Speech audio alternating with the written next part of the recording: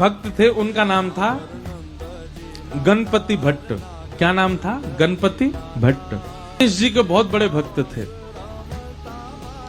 गणेश जी के अलावा किसी देवता को देखते ही नहीं थे। इतनी निष्ठा थी उनकी गणेश जी में कि कहीं भी चले जाएं पूछते थे गणेश जी का मंदिर है तो मैं आऊंगा, नहीं तो नहीं आऊंगा। उस नगर में ही नहीं जाते थे जहां गणेश जी का मंदिर ही ना हो।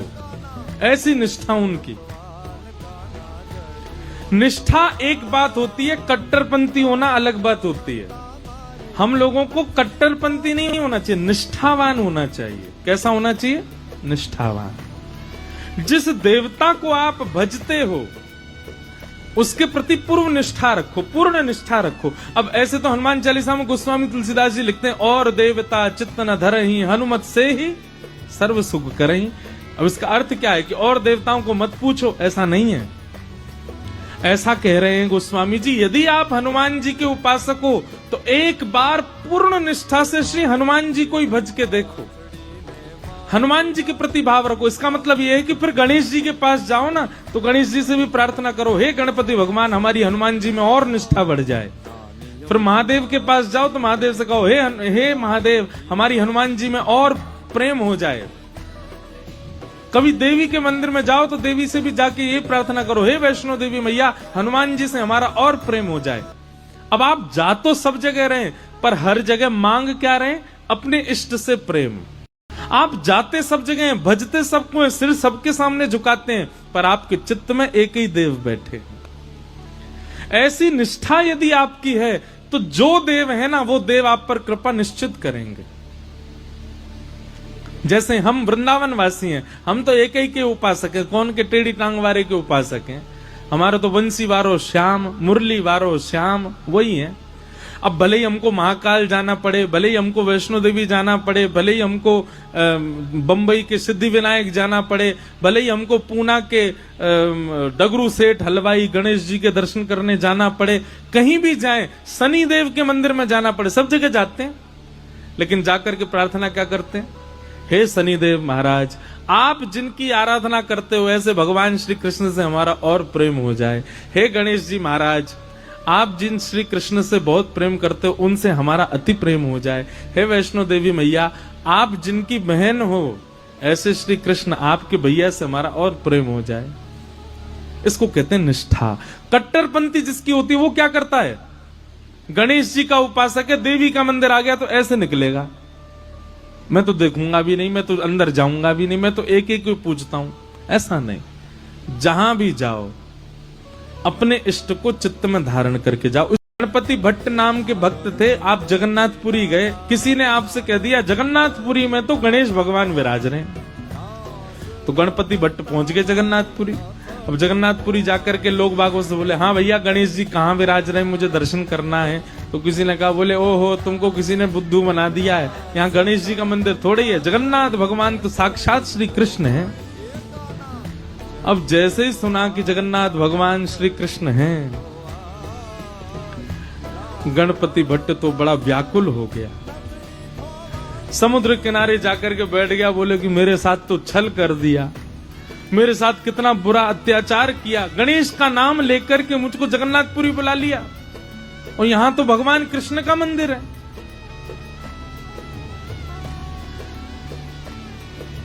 इतना व्याकुल हो गया, अपने चित्त पे हाथ रख के गणेश जी का स्मरण करने लगा, हे गणपति भगवान मेरी निष्ठा टूट ना जाए, मेरी अनन्य भक्ति टूट ना जाए, मैं सदा आपका ही रहूं, कृपा करना नाथ।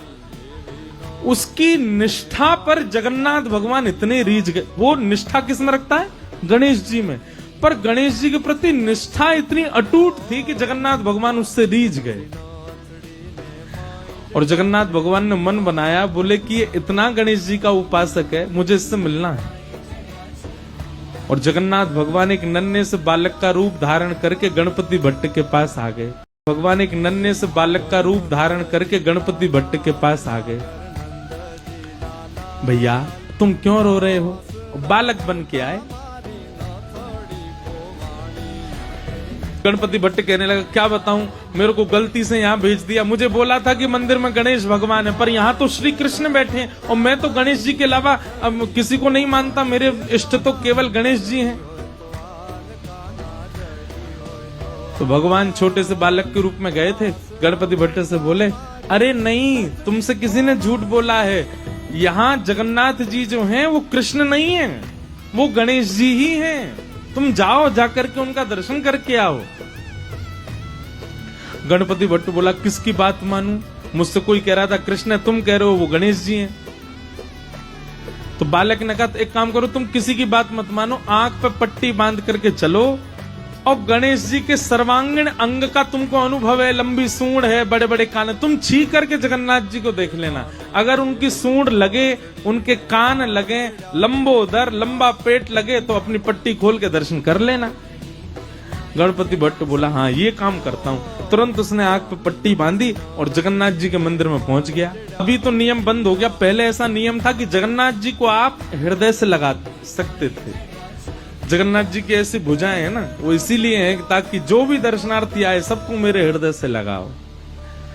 अब शंकराचार्य भगवान ने बंद करवा दिया कि अब कोई भी स्पर्श नहीं कर सकता, क्योंकि हम लोग पता नहीं क्या खा पी करके आए हैं बाहर से, भगवान को जाके स्पर्श करें, इसलिए अच्छा है कि अब स्पर्श बंद करा दिया। तो गणपति भट्ट को भीतर ले गए, भीतर ले जाकर के आंख पर पट्टी बांध रखी थी। बोले, पहले मैं चेक करूंगा ये गणेश जी होंगे तो ही देखूंगा। जैसे ही उसने जगन्नाथ भगवान के सबसे पहले नाक पे हाथ रखा, नाक पे हाथ रखा, सोई ठाकुर जी ने उसको अनुभव कराया, लंबी सूंड। अब वो तो ऐसे ऐसे पकड़े, बोले हाँ हाँ सूंड तो है इनकी। सूंड थी नहीं, भगवान ने माया से प्रकट कर दी। और गणपति भट्ट कहे, हाँ ये तो लंबी सूंड है। आंखों के पास कान के हाथ रखे तो महाराज लंबे लंबे कान, पकड़ पकड़ के, हाँ ये तो बड़े बड़े कान हैं। पेट पे हाथ रखा तो लंबोदर लंबा पेट है। वो तो समझ गया महाराज ये तो गणेश जी हैं। और जैसे ही उसने प्रणाम किया तो भगवान ने अपनी सूंड से उसके सिर को ऐसे गुदगुदा और दिया। उसको विश्वास हो गया कि ये तो गणेश जी हैं। जैसे ही उसने पट्टी खोली, पट्टी खोल करके देखा तो गणेश जी तो नहीं थे, जगन्नाथ भगवान थे। ना उनकी सूंड है, ना उनके कान है, ना वो लंबोदर। अब तो वो बोला, ओहो मायावी कृष्ण, मायावी भगवान। आंख बंद करके स्पर्श करता हूं तो सूंड दिखती है, आंख खोल के देखता हूं तो जगन्नाथ दिखते हैं, मेरी निष्ठा भंग हो गई। जैसे ही उसने ये बात कही, इतने में ही जगन्नाथ भगवान प्रत्यक्ष प्रकट हो गए और प्रकट होकर के उसको बोले, मुझे तेरी निष्ठा बहुत पसंद आई, तू अपने देव के प्रति इतना निष्ठावान है, लेकिन मेरी एक बात याद रख, कभी भी किसी में भेदभाव मत कर। तुम्हारी जिस देव में निष्ठा है उसमें पूर्व निष्ठा रखो, पर उसके अलावा किसी देव के पास जाने का अवसर मिले तो उससे चूको मत, वहां भी जाओ, वहां जाकर के भी उसको प्रणाम करो।